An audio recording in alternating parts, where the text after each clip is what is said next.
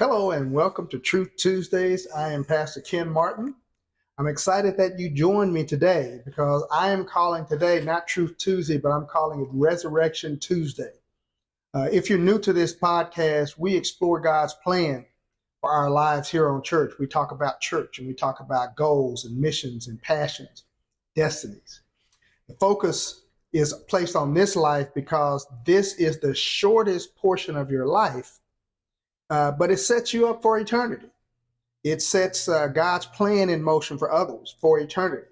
So today we're going to be reflecting on the cross and Jesus' resurrection, since Resurrection Sunday was just yesterday. But the cross casts a long shadow all the way back to Genesis and our beginning on earth as male men and as female men on earth. So my first point to you today, and there are only two, I think, is that Jesus' primary purpose in coming to the earth was not just to offer salvation from eternal death, though that's part of what was included.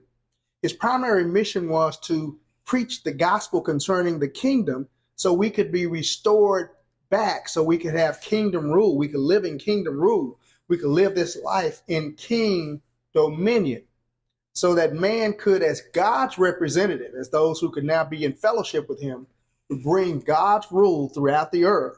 So he gets a chance to rule in the earth as he rules in heaven. So his rule prevails. So think back to Genesis, where God said, let us make man in our image after our own likeness and let them have dominion. This was God's original intention, mankind operating in king dominion, king domination. However, this dominion was lost when Adam submitted to Satan. So Jesus came to redeem us and to restore us to this earthly rulership that God intended for us under God's influence, bringing heaven and its power to earth. So that's why salvation is so important. It returns us to true fellowship with the Father so we can act as his representatives. This leads us to my second point of the day, and that is that the kingdom message is of paramount importance. Jesus' public ministry, right from the start, centered on one message, the message that John the Baptist preached. Yes, the same one. He preached, repent, for the kingdom of heaven is at hand. Now, this just wasn't one of his messages. So I want to suggest to you that it was the only public message that Jesus preached. Now, he taught about a lot of things, don't get me wrong. But when he was out in the public, this is what he wanted to get over to people. Now, since we just celebrated his resurrection, you'll notice that even after his resurrection, as you read and study the scriptures, Jesus spent the next 40 days speaking of, you guessed it, the kingdom.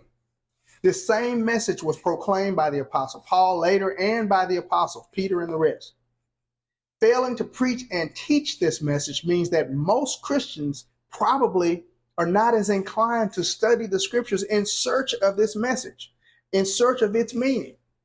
You may even be more comfortable hearing stories about David and Goliath, about Elijah and about Moses, about David, all those Old Testament prophets, and never adopt a kingdom mindset, never live in its power, never experience Jesus' success intended for you in attracting disciples. Understanding and prioritizing this kingdom message in the same way that Jesus did is crucial for faithful discipleship. So before I wrap up today, let's consider the role of the church post-resurrection.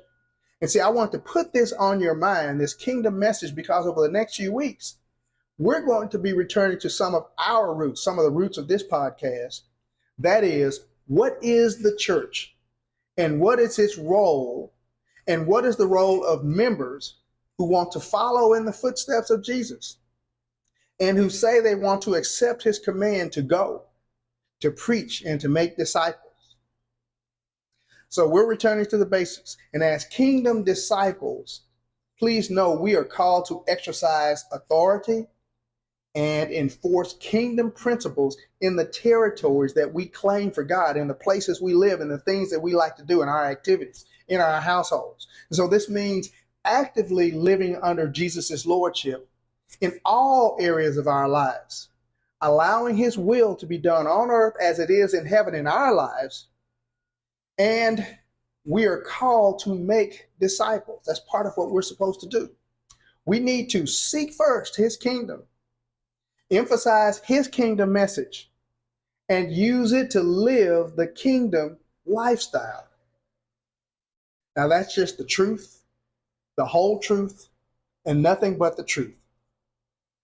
If you're wondering about this, look in the instance when Jesus sent out the 12 and see what his instructions were. Look when Jesus sent out the 70 and see what his instructions were. And while you're doing that, don't forget to like, share, and subscribe as the case may be. And I shall look forward to seeing you again. May God bless you and keep you. That is my prayer.